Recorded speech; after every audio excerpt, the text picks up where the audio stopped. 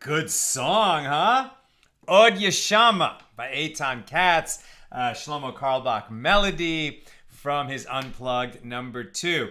How's everybody doing? I missed you yesterday. I had a very quick trip, family trip to Phoenix and Scottsdale in Arizona. And I posted a picture of a wonderful shakshuka that I had for breakfast this morning over there in Scottsdale. It's a nice kosher restaurant in a JCC, a Jewish community center that was really big and impressive. Very, very nice what the community has done there in Scottsdale. And then we had a great dinner last night. I forgot to take the picture. I would have posted it. We had these great barbecue ribs at a place called Kitchen 18, also in I think it's in Scottsdale.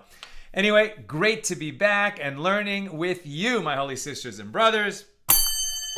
Let's light up the darkness with a new wisdom candle. Who is with us on a Monday? Stephen in New Hampshire, Melissa in Great Neck, Sharon in New Jersey, Yehuda in South Carolina, Paul in Chicago, Bella in Florida, James in Annapolis, Lucy in Minnesota, John in Maine, Rick in Chicagoland, Renee in Indiana, Nancy in North Carolina, Rick loves the music like me, Debbie in New Jersey, Paul in the Great Northwest, Susie in California, Rick likes the hat. You know what?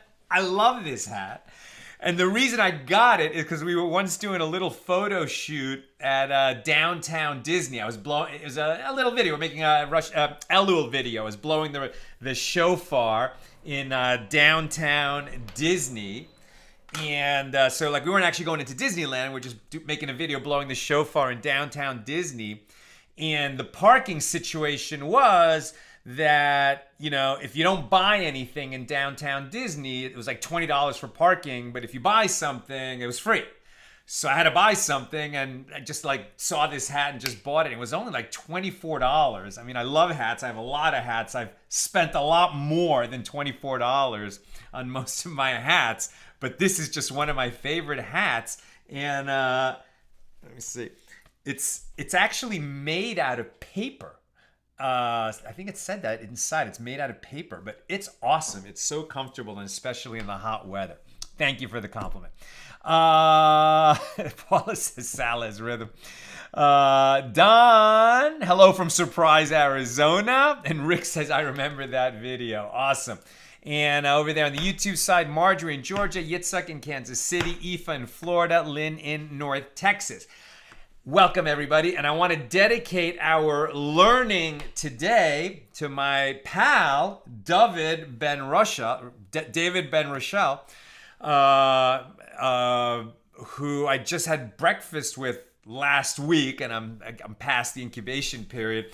I don't think he had it maybe when we had breakfast, but my buddy got COVID, and he said it knocked him out over the weekend. So, David, we're all davening that you should have a refuah shlema, a complete and speedy recovery. And he's been stuck in a hotel on this, on the next leg of this business trip that he's on. And she should have a complete healing and get home to your family soon. And we say, Amen. Okay, and I'll tell him after the show that we dedicated our learning today. All right, so we're doing a double daf today since I was away yesterday, and that's nice. We're going to be completing chapter 7 and opening chapter 8 here in Tractate Yevamos, the 14th volume of the Talmud. These are the laws generally of Yibum, but as we've seen over and over again, we get into a lot of particulars, not necessarily having to do with levirate marriage, but with marriage in general. And then the ramifications of prohibited unions, what happens when a priest marries a woman that's prohibited to him, and, implications of that for, who can and cannot eat consecrated food, which the daughter of a Yisrael, right, like the daughter who's of a Jewish father who's not a priest, she cannot eat teruma. But when she marries the priest, she can eat teruma. If she gets divorced or the priest dies, then she cannot eat teruma anymore. If she's the daughter of a priest, she can eat teruma on account of her father. If she then marries a Yisrael, she can no longer eat teruma. Teruma is consecrated food that only priests can eat. If she gets divorced or widowed from the Yisrael, she returns to her father's house. Now she can eat teruma again. But if she had a child from the Yisrael, now she can no longer eat teruma. And then what happens if there's a marriage that's not quite a marriage? And we've seen various expressions of that idea. Okay, we picked this up on page 69. We're going to be skipping around a little bit today since we're covering 2 pages in one day. We're not going to do the whole page of both pages. So we picked this up about halfway down on 69a, and we're discussing Mishna number 3 here in chapter 7. So we've been discussing a relevant baraisa, and in that baraisa, it was taught that Rabbi Yosei says, of the men unfit to enter the assembly of Israel, and we're going to actually discuss what that means, who is unfit to enter the assembly, a little bit more closely in our next Mishnah and also in the next chapter, right? Isn't that what we're actually opening with? No, but anyway, we're going to be discussing that more. Who is unfit to enter the assembly of Israel?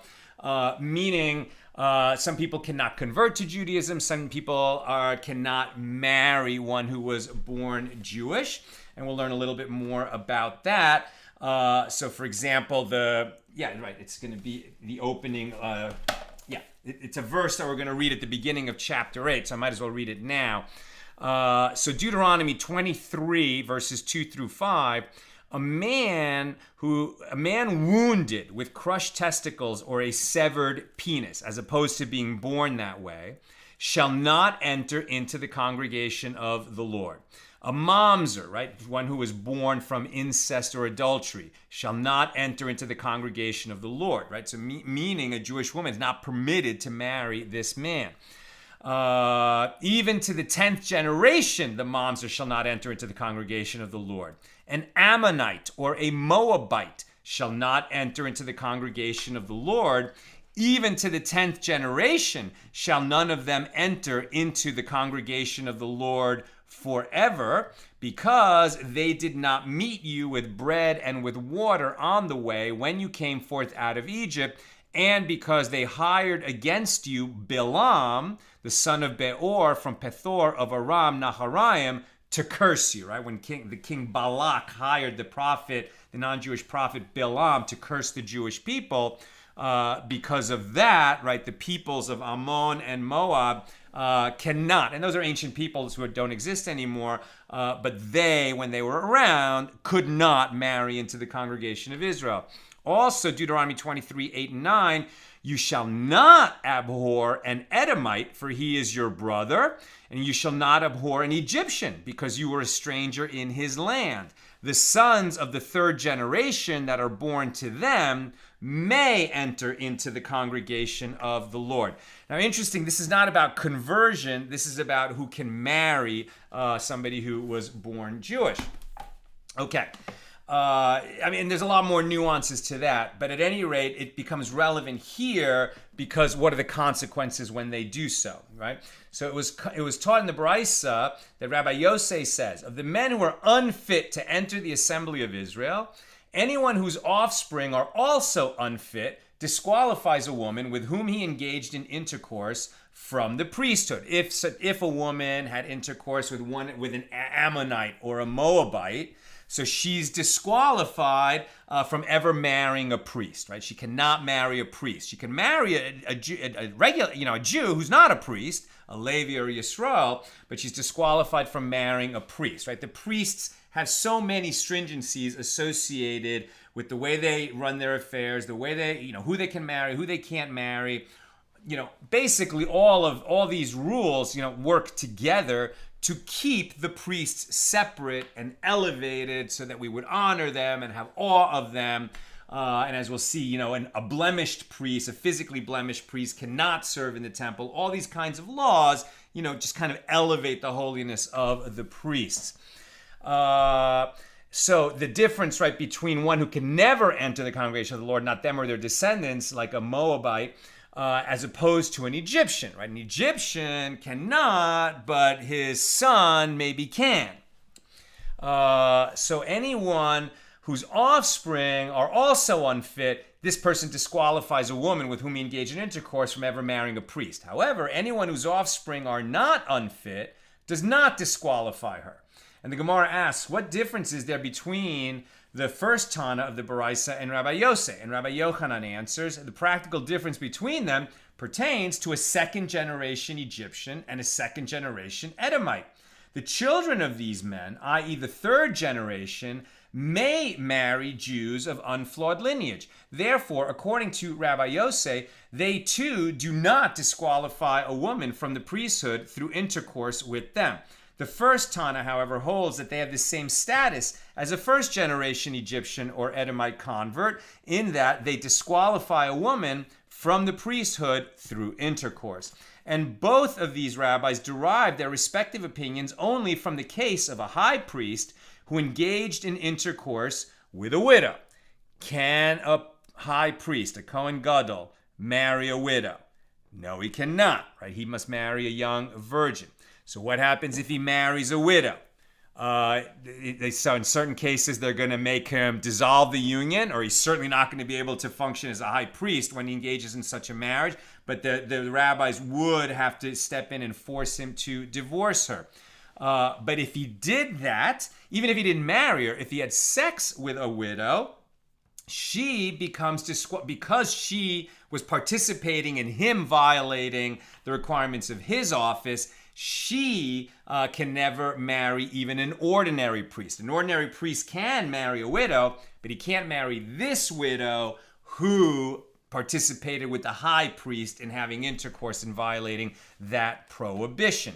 So from that law, they're going to derive that these other unfit men who cannot enter the congregation of the Lord, if a Jewish woman had sex with one of these guys, she violated a prohibition. She can make an atonement for that, and then she can go on with her life and marry a Jew, but she cannot marry a priest.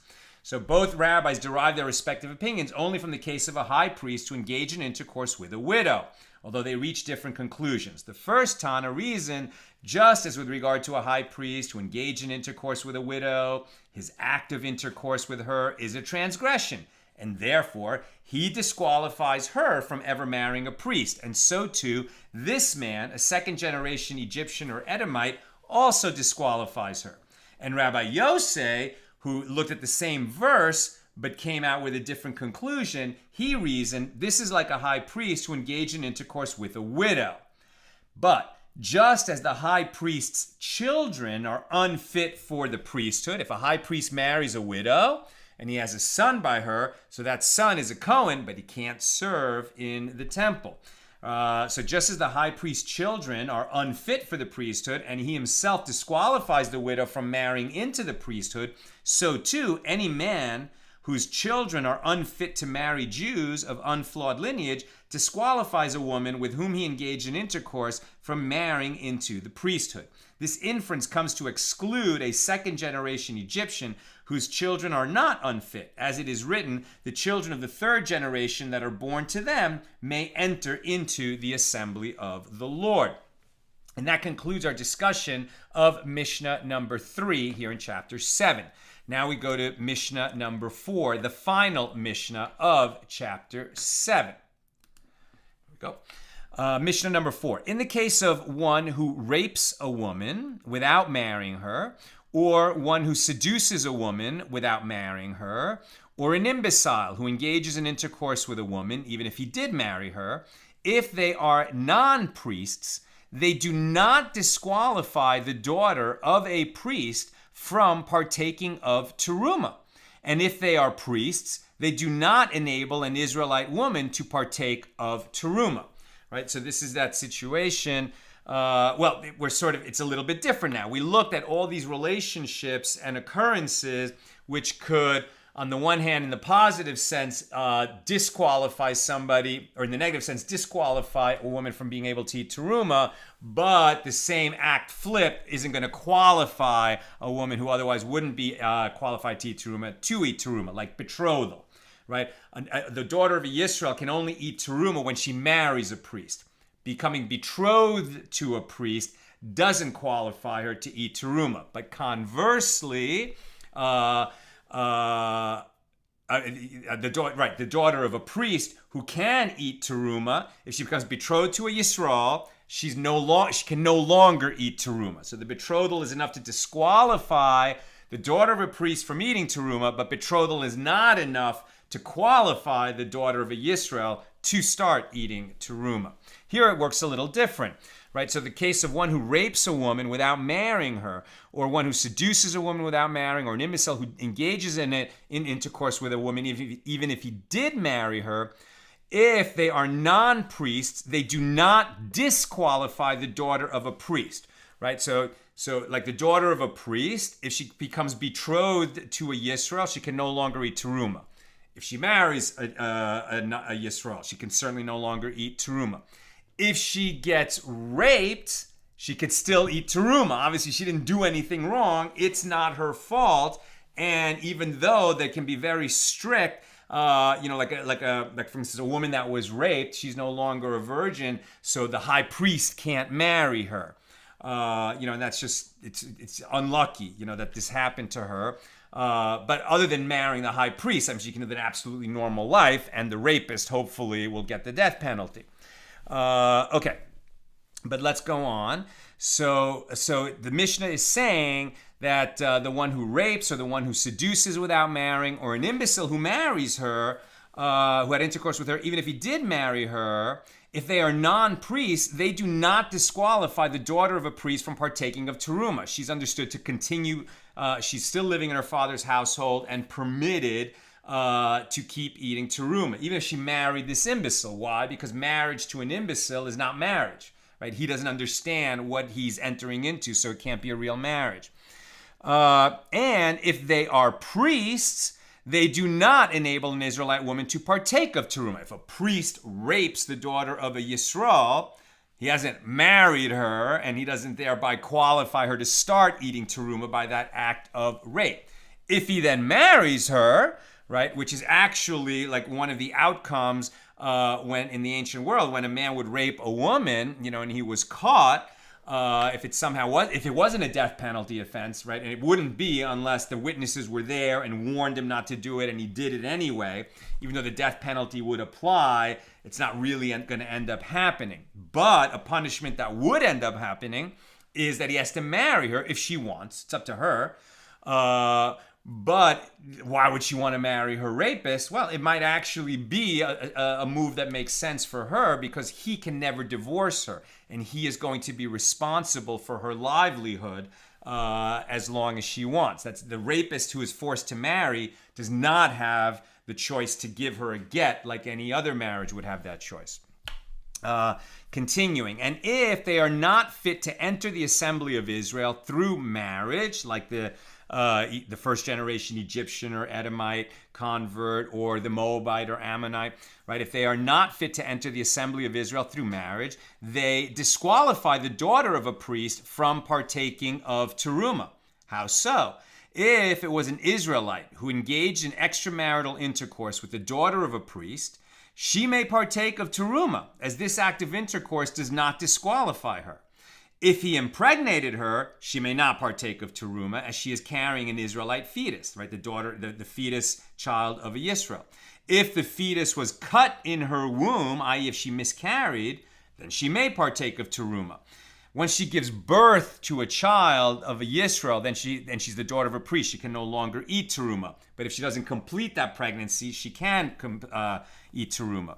If he impregnated her, she still may not partake of teruma, as the fetus does not enable its mother to partake. In other words, the daughter of Yisrael, if she becomes pregnant before marriage by this priest, that pregnancy is not going to enable her to eat teruma. If she gave birth, she may partake due to her child, right? So if a priest impregnates the daughter of Yisrael and doesn't marry her, but she gives birth to the son of a priest, who would be a priest, then she can eat teruma on account of her son. It is therefore found in this case that the power of the son is greater than that of the father, as the father of this child does not enable the woman to partake of teruma, but the son does under these circumstances. A slave disqualifies a woman from partaking of teruma due to his engaging in intercourse with her, since she's not allowed to marry the slave. And he does not disqualify a woman because he is her offspring. How so? In what case would a slave theoretically disqualify a woman because he is her offspring? If an Israelite woman was married to a priest, or the daughter of a priest was married to a Yisrael, and she bore him a son, and the son went and pressed himself onto a maidservant, which is an epithet for intercourse used in this context due to the shame involved of having intercourse with a maidservant, meaning a female slave, and she bore him a son. Well, then this son is a slave, right? Because the son of a female slave belongs to the master. So this son is a slave. So if the latter's father's mother was a Yisrael, who was married to a priest, and her husband died, she may not partake of teruma due to her grandson, as he is not a priest but a slave. On the other hand, if she was the daughter of a priest married to a Yisrael, and he died, leaving only his grandson, she may partake of teruma, as the grandson is not considered his father's offspring. A mamzer disqualifies a woman from partaking of teruma, and he also enables a woman to partake of teruma. How so? If a Yisrael woman was married to a priest, or the daughter of a priest was married to a Yisrael, and she bore him a daughter, and the daughter went and married a slave or a non-Jew and bore him a son. This son is a mamzer. If his mother's mother was an Israelite woman married to a priest, even if her husband died, she may partake of teruma, as she has surviving offspring from a priest. Conversely, if she is the daughter of a priest married to a Yisrael, she may not partake of teruma, even after her Yisrael husband dies, because she has offspring from him. If she has a child who's a Yisrael, she may no longer eat the teruma in her father's house. Even with regard to a high priest, sometimes he disqualifies his grandmother from partaking of teruma. You see what they're doing, right? They're setting up odd, unusual, unexpected, maybe even nearly impossible cases just to lay out what the principles are, right? So even with regard to a high priest, sometimes he disqualifies his grandmother from partaking of teruma. How so? If the daughter of a priest was married to a Yisrael and she bore him a daughter, and the daughter went and married a priest and bore him a son, this son is fit to be a high priest who stands and serves on the altar. This son enables his mother to partake of teruma, as he is a priest. And yet, he disqualifies his mother's mother from partaking of teruma, as he is her offspring from her Yisrael husband. This grandmother can say in disapproval, "Let there not be many like my daughter's son, the high priest, as he disqualifies me from partaking of teruma," which is almost a play on that joke. I don't even remember exactly how it goes, but that joke about the Jewish mother, who attends her son's inauguration. He's becoming the president of the United States. And she says to her friend who's sitting next to her, "Look at my son, isn't he amazing?" And she says, "Wow, yeah, he's taking the oath of office." And she's like, "Oh, no, I mean, that's the other one. I mean, my son, the doctor." So you would think that anyone whose son is the high priest, the most exalted position in the kingdom, would be so proud. But in these weird circumstances, even though he's the high priest, because he's her grandson by the path of a son who's a Yisrael, he disqualifies her from eating teruma. That concludes the Mishnah, Mishnah number 4. Now the Gemara on this. We already learned that the marriage of an imbecile is invalid, as the sages taught in a baraisa with regard to an imbecile and a minor boy who married women and died. Their wives are exempt from chalitza and from yibum because it was never really a valid marriage. Now, it is stated in the Mishnah. How so? If an Israelite engaged in extramarital intercourse with the daughter of a priest, she may partake of teruma, right? Because if a Yisrael marries the daughter of a priest, if a Yisrael marries the daughter of a priest, she may no longer partake of teruma. Now, if the daughter of a priest engages in extramarital sex or premarital sex, the Torah also says that that's a death penalty offense for her. But remember, actually carrying out the death penalty almost never happened because of the strict requirements of the warning, the testimony, the witnesses, etc. So she might have done that and she's still around and doesn't actually receive the death penalty. So then the question is, well, she acted, in this licentious way. You would think that she's disqualified from eating teruma, but here we're learning, no, she's not disqualified from eating teruma. She's still in her father's house, and she didn't get married. She hasn't gone out of her father's house. She just committed this licentious act.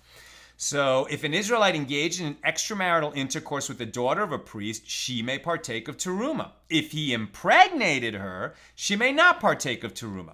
And the Gemara asks, since if he impregnated her, she may not partake, well, let us be concerned in any case of intercourse between this Yisrael and the daughter of a priest that he might have impregnated her, and therefore we should make her stop eating teruma, thereby rendering it prohibited for her to partake of teruma. Didn't we learn in a Mishnah that if two men betrothed two women, and then at the time that they entered the wedding canopy, they accidentally switched wives and engaged in relations with each other's wives that night? In this case, after the accident is discovered, the court removes the wives from their husbands for 3 months, lest they are pregnant from the men they presume to be their husbands by mistake, and the fetus is therefore a mamzer, right? If two men betrothed two women, and then, they ended up marrying the wrong woman by mistake, which could happen, right? If like 4 children, their families arranged their betrothals, and then years later they go to get married, and there was a confusion,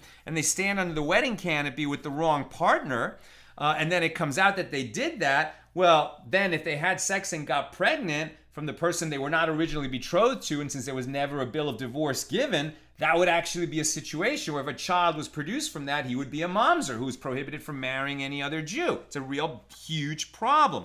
Now, to make sure that didn't happen, we separate them after that wedding night for 3 months just to make sure they didn't get pregnant that night. Everybody's praying that they didn't get pregnant that night. So anyway, that law is being used here just to teach the idea that, well, anytime people have sex, they might have got pregnant, and we act accordingly. So if you're saying that the daughter of Yisrael, if she got pregnant, the daughter of a priest who had sex with a Yisrael, if she got pregnant, she may no longer eat teruma. But just the act of having intercourse with a Yisrael doesn't disqualify her from eating teruma. Well, shouldn't we be concerned that she might have gotten pregnant and therefore say she can no longer eat teruma, at least until we confirm that she didn't get pregnant? So the Gemara answers that Rabbah, the son of Rav Huna, said, about lineage, the sages were concerned, and they therefore decreed a 3-month separation of the husbands and wives in that confusion of the two couples. However, about the prohibition against a non-priest eating teruma, it's not such a high-level concern as was a mamzer created or not. Then Gemara asks, and for teruma, were they not concerned? How can you say they weren't concerned about teruma? Isn't it taught in a baraisa that if a husband says to his wife, this is your bill of divorce 1 hour before my death, if she is an Israelite woman married to a priest, it is prohibited for her to partake of teruma immediately, as the sages were concerned that her husband might die within the hour. And rather, Rabbah, the son of Rav Huna, said about impregnation through an act of marriage, they were concerned. But about impregnation through licentious intercourse, they were not concerned, as the woman generally takes precautions to ensure that she will not become pregnant when she's having an affair with a guy, who is not her husband.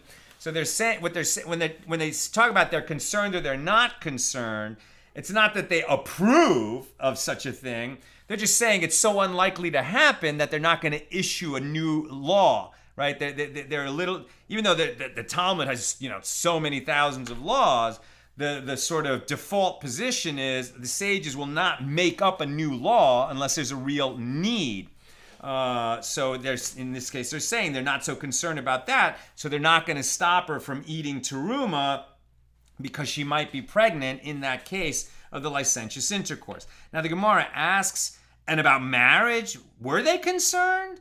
Isn't it taught in a Baraisa, in the case of the daughter of a priest who married a Yisrael and her husband died on that same day, she immerses to purify herself as she is ritually impure due to their intercourse, and she may partake of teruma that same evening. Evidently, the sages were not concerned that she became pregnant from the initial act of intercourse, even that of marriage, right? This is the daughter of a priest.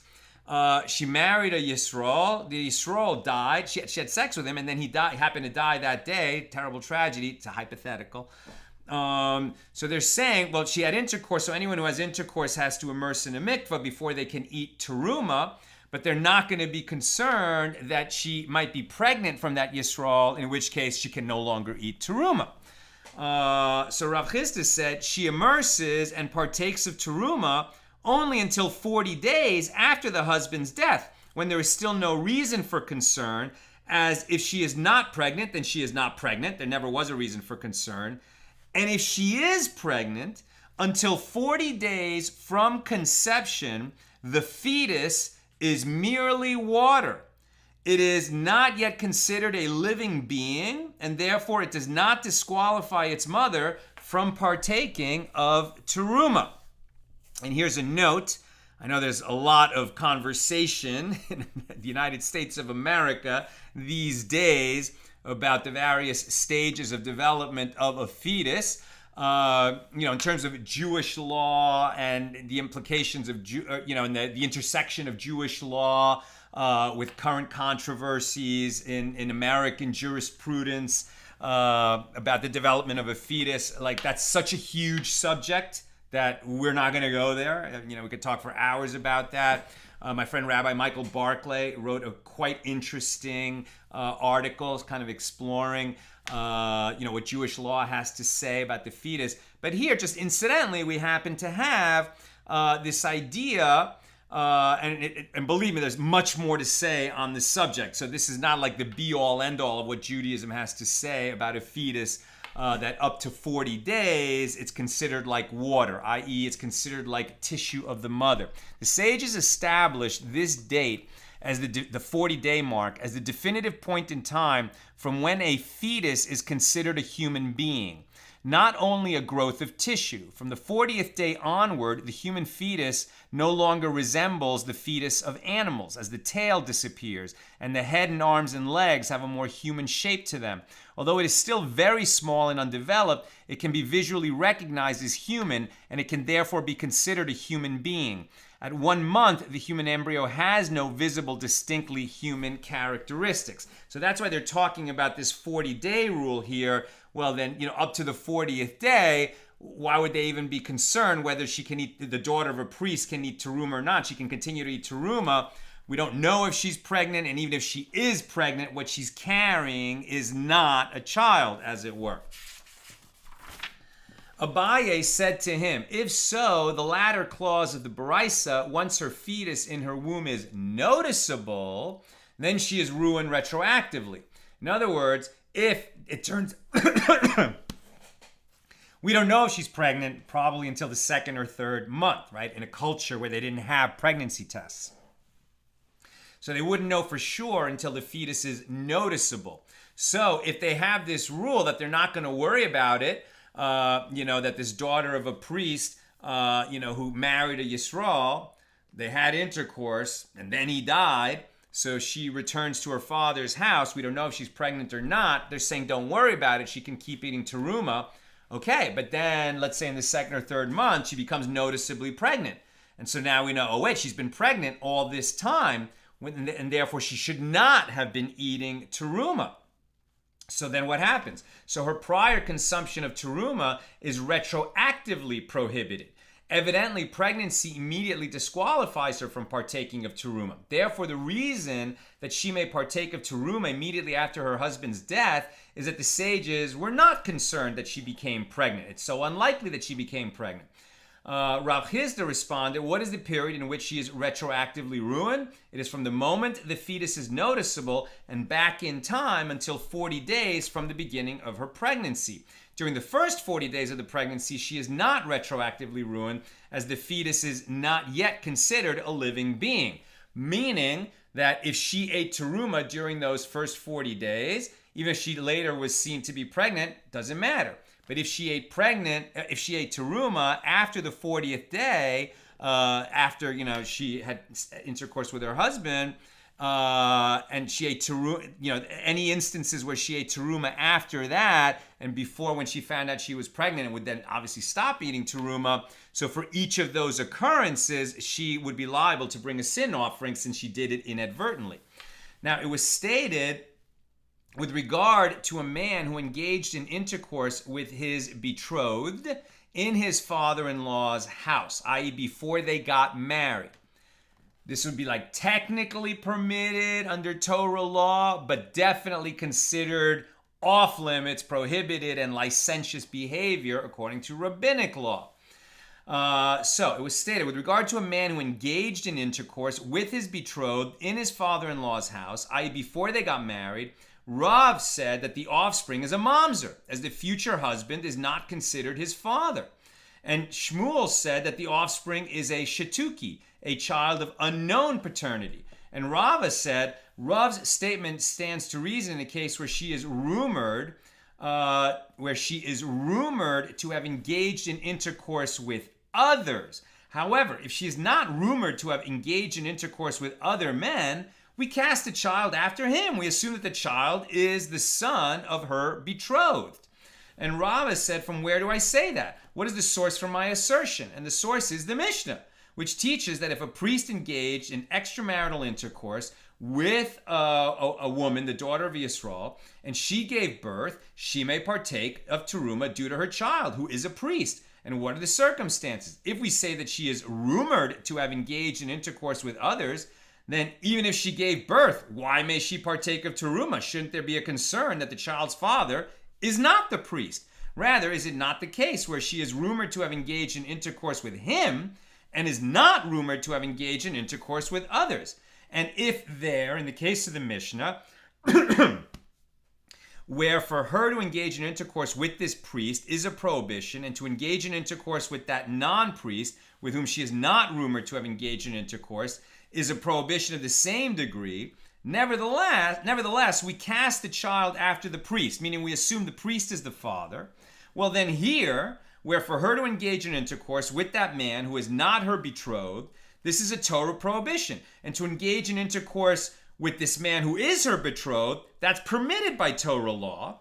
Is it not all the more so that her betrothed should be considered the father? Therefore, Rav's statement stands to reason only if the woman is rumored to have engaged in intercourse with others as well. Then we would say the child is a mamzer. But if it's just that, she was betrothed to a guy and they were supposed to, she lives in her father's house, he lives in his house, and then when they actually have the wedding, however many months after the betrothal, that's when they can start having intercourse properly. That's according to rabbinic law. But if they, rushed it, as it were, jumped the gun, and they had sex while she was still living in her father's house, so then they violated a rabbinic decree. But really what they did is they got married through that act of intercourse, right? Because if they're betrothed and then they have sex, they're married according to Torah law. It's still the inappropriate way to proceed because it leads to licentious behavior. Abaye said to him in rejection of this proof, actually, I could say to you that anywhere that she is rumored to have engaged in intercourse with him, her betrothed, even if she is not rumored to have engaged in intercourse with others, Rav said that the offspring is a mamzer. What is the reason? it is that we say that since she exposed herself to her betrothed, although they were not married yet, she apparently exposed herself to others as well, right? So this would be like a woman of ill repute, especially in the ancient world. Like, this just wasn't done. And if she did do that, if she jumped the gun with him, maybe it's because she's a woman of loose character and we have concern that she slept with other men as well. I'm not saying that. Abaye is saying that. So, and the Mishnah that you cited as support for your assertion is referring to a situation where they were both incarcerated, alone together, in prison. Therefore, there's no concern that she engaged in intercourse with another man. This is one version of the dispute between Rav and Shmuel. Some say that when the betrothed admits that he engaged in intercourse with his betrothed, everyone agrees that we cast the child after him. The simplest answer, right? Occam's razor, they're betrothed, and then she got pregnant, and he says it's my son. We should believe him. Why wouldn't we believe him? So rather, when is there a dispute? When there's other circumstances, which is what? Their dispute was stated as follows. In the case of a betrothed woman who became pregnant, if her betrothed denies that he engaged in intercourse with her, that's when Rav said that the offspring is a mamzer. Now that makes more sense. He's betrothed to this woman. She gets pregnant, and he says, I didn't have sex with her. Now you could see why there would be a real cause for concern. So then you would think, okay, she's betrothed to him. He says he didn't have sex with her, and she's pregnant. That is definitely a mamzer, right? That is the product of an extramarital affair. Although, as we know in the law of mamzers, it would have to be that she had sex with a Jewish man who's not her husband. The betrothed is her husband, even though they haven't been under the wedding canopy yet. Once they're betrothed, it's like husband and wife. So this would be a mamzer. And Shmuel said that the offspring is a child whose father's identity is not known. Rava said, Rav's statement stands to reason in the case where the woman is not rumored to have engaged in intercourse with him, and she is rumored to have engaged in intercourse with others. Therefore, it is assumed that the child is a mamzer. Now we're on page 70a. However, if she is rumored to have engaged in intercourse with him, even if she is also rumored to have engaged in intercourse with others, we cast the child after him. We assume he's the father. So Rava said, from where do I say that? My source is the Mishnah that teaches that if a priest engaged in extramarital intercourse with the daughter of Yisrael and she gave birth, she may partake of teruma due to her child, right? They might have received the death penalty for this adulterous affair, but okay, it wasn't carried out. This child is a mamzer, but he's the son of a priest, and so she can eat teruma on account of her son, who's a mamzer, but also the son of a priest. Now, what are the circumstances? If we say that she is rumored to have engaged in intercourse with him, and she's not rumored to have engaged in intercourse with others, need it be said that she may partake of teruma? It can easily be assumed that the priest is the father, and that's why the child is a priest, and she can eat teruma on account of her son. Rather, is it not a case where she is rumored to have engaged in intercourse with others as well as this priest who is not her husband? And if where for her to engage in intercourse with this priest is in violation of a prohibition, and to engage in intercourse with that non-priest is a violation of a prohibition of the same degree, and she is, right, because if she's married to some guy, then if she has an affair, whether it's with a priest or a Yisrael, either way, she's had an affair with a man who's not her husband, which is and she has a child by that union, it's a mamzer either way, and it's a huge prohibition that's been violated, and she is rumored to have engaged in intercourse with both. Nevertheless, we cast the child after the priest. Why would we do that? But maybe there's a reason. So then here, where for her to engage in intercourse with that man who is not her betrothed, is in violation of Torah prohibition, and to engage in intercourse with this man who is her betrothed, that is permitted by Torah law, is not all the more so that he should be considered the father. And Abaye said to him, actually, I could say to you that anywhere that she is rumored to have intercourse with others, even if she is also rumored to have engaged in intercourse with him, her betrothed, Rav said that the offspring is a mamzer. And the Mishnah, which you cited as support for your claim, is referring to a situation where she is not rumored to have engaged in intercourse with anyone at all, and therefore, if they both concur that he is the father, then the child is certainly considered his. And so what was the law on all of this? A betrothed woman who became pregnant, if a betrothed woman became pregnant while still living with her parents, and her betrothed denies having engaged in intercourse with her, the child is rendered a definite mamzer. If she is unavailable for questioning, or if she says that she does not know the father's identity, the child is rendered a mamzer of uncertain status. When we study the laws of the laws of who's a mamzer and who's not, and what type of mamzer is a little bit incidental to what we're talking about. When we do a deeper dive on that later, we'll get into what are the ramifications of being a definite mamzer or a possible mamzer. So if there are rumors that a betrothed woman engaged in licentious intercourse with her betrothed and with other men, then the child is rendered a mamzer of uncertain status, a possible mamzer, even if her betrothed admits that he engaged in intercourse with her. If she is questioned and says that she engaged in intercourse only with her betrothed, then the child is rendered unflawed. It's the son of her husband, not a mamzer. It goes without saying that the child is unflawed if it is known that she engaged in intercourse with her betrothed and there are no rumors with regard to others. And this ruling follows Shmuel's opinion as cited in the second version of the dispute.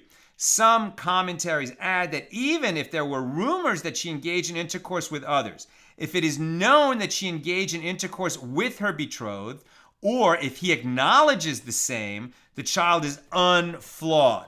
So even though there's a possibility that it could be somebody else's child, if the betrothed steps in and says, no, it's mine, then we accept that, and the child is not a mamzer.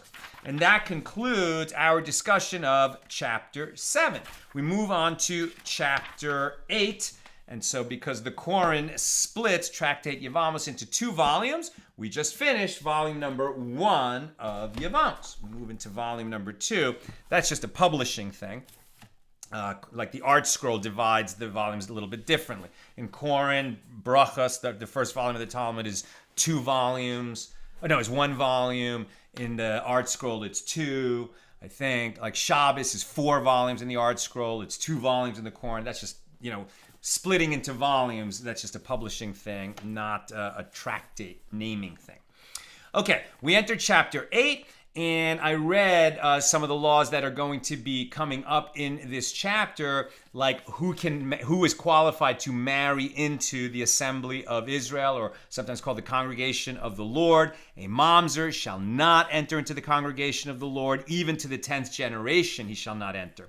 An Ammonite or a Moabite shall not enter into the congregation of the Lord, even to the 10th generation.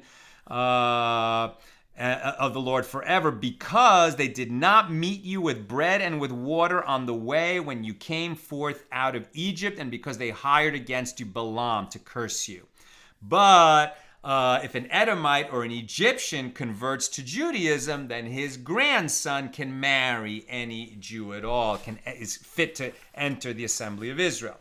Okay, now, chapter 8, Mishnah number 1. We're still on 70a. But we're not going to do that much material here on page 70, so we're actually getting pretty close to the end of class. If you've got questions or comments, get them in.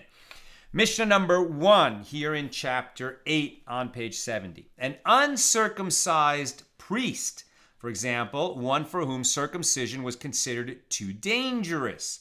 And all those who are ritually impure with any type of impurity, like for instance they help bury a dead body, they may not partake of teruma.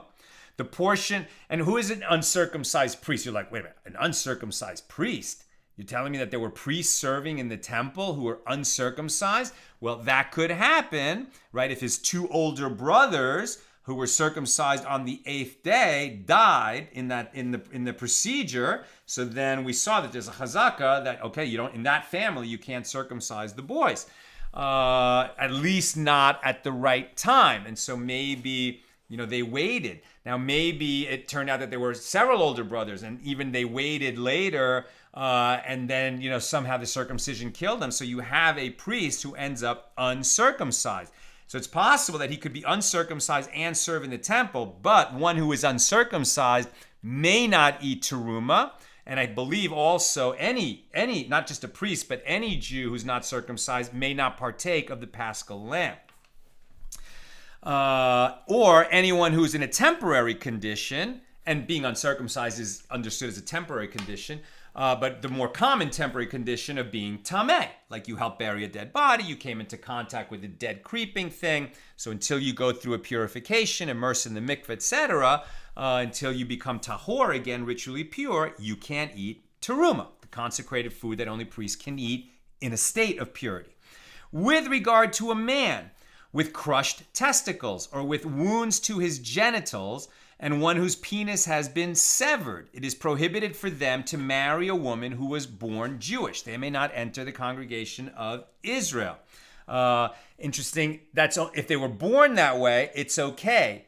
If they were castrated, it's definitely not okay. The sad thing is if they had an accident, right, through no fault of their own, no one made the decision, to cut off their nuts, or, it happened to them, like, in a war, and they were defending their nation.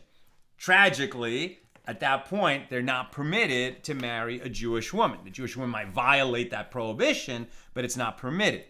So if they are priests, they and their slaves may partake of teruma, as this condition does not disqualify them or their property. They can't marry a Jewish woman, but they may eat teruma.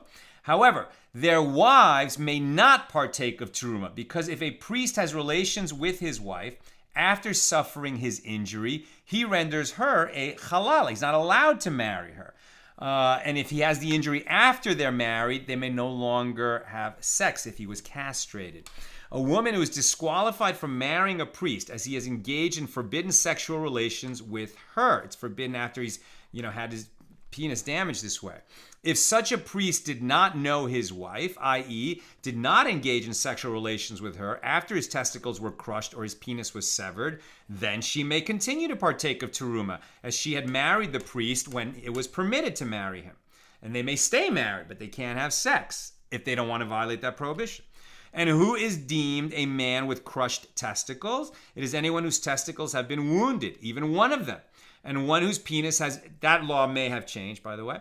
It is anyone whose testicles may have been wounded, even one of them. And one whose penis has been severed is anyone whose sexual member has been cut off. As for the measure that renders him unfit, if there remains a portion of the corona, even as much as a hair's breadth, he is still fit. However, if nothing at all is left of the corona, he is considered as one with a severed penis, for whom it is prohibited by Torah law to marry a Jewish woman.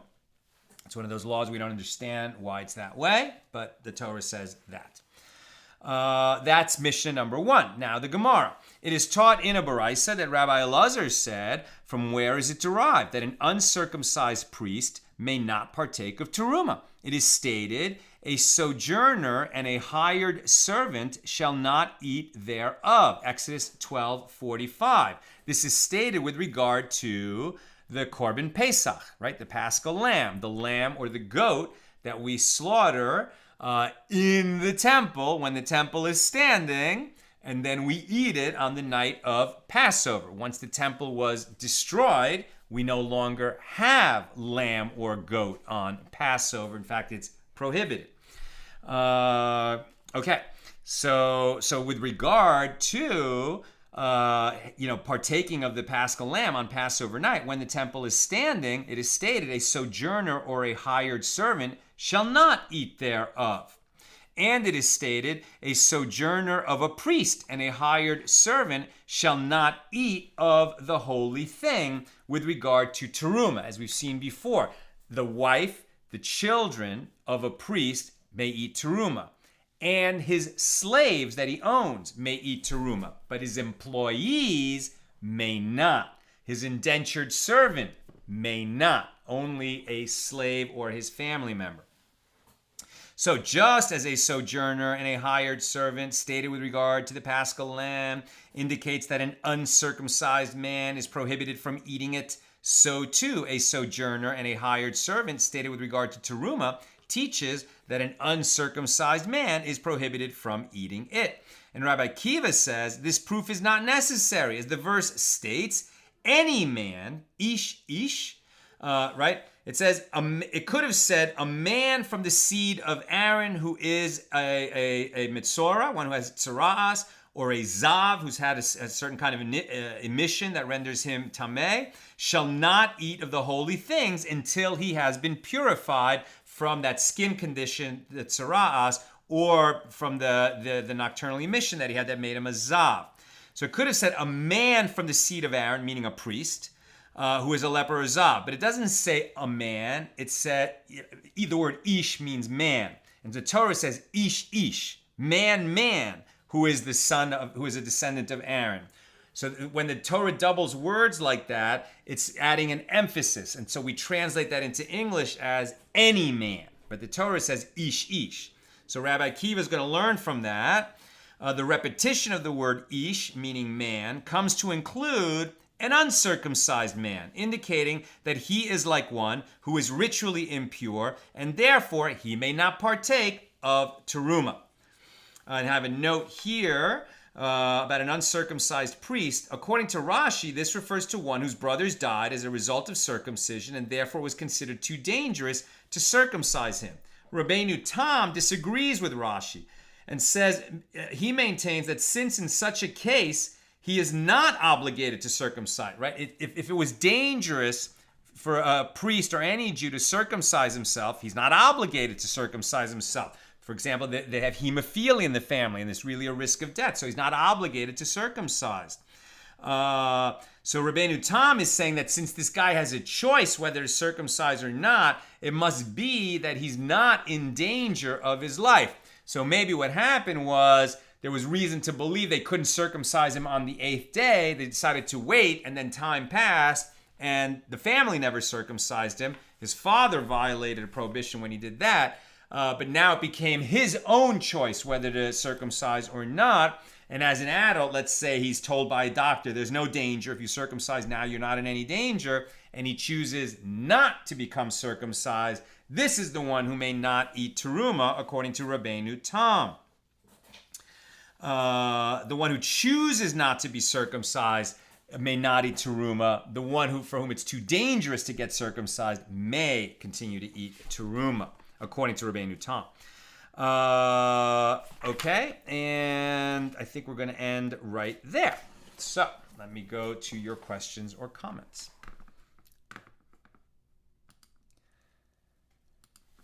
Okay, on pages 69 and 70 here in Tractate Yevamos. Sharon, a woman from the priesthood. Really?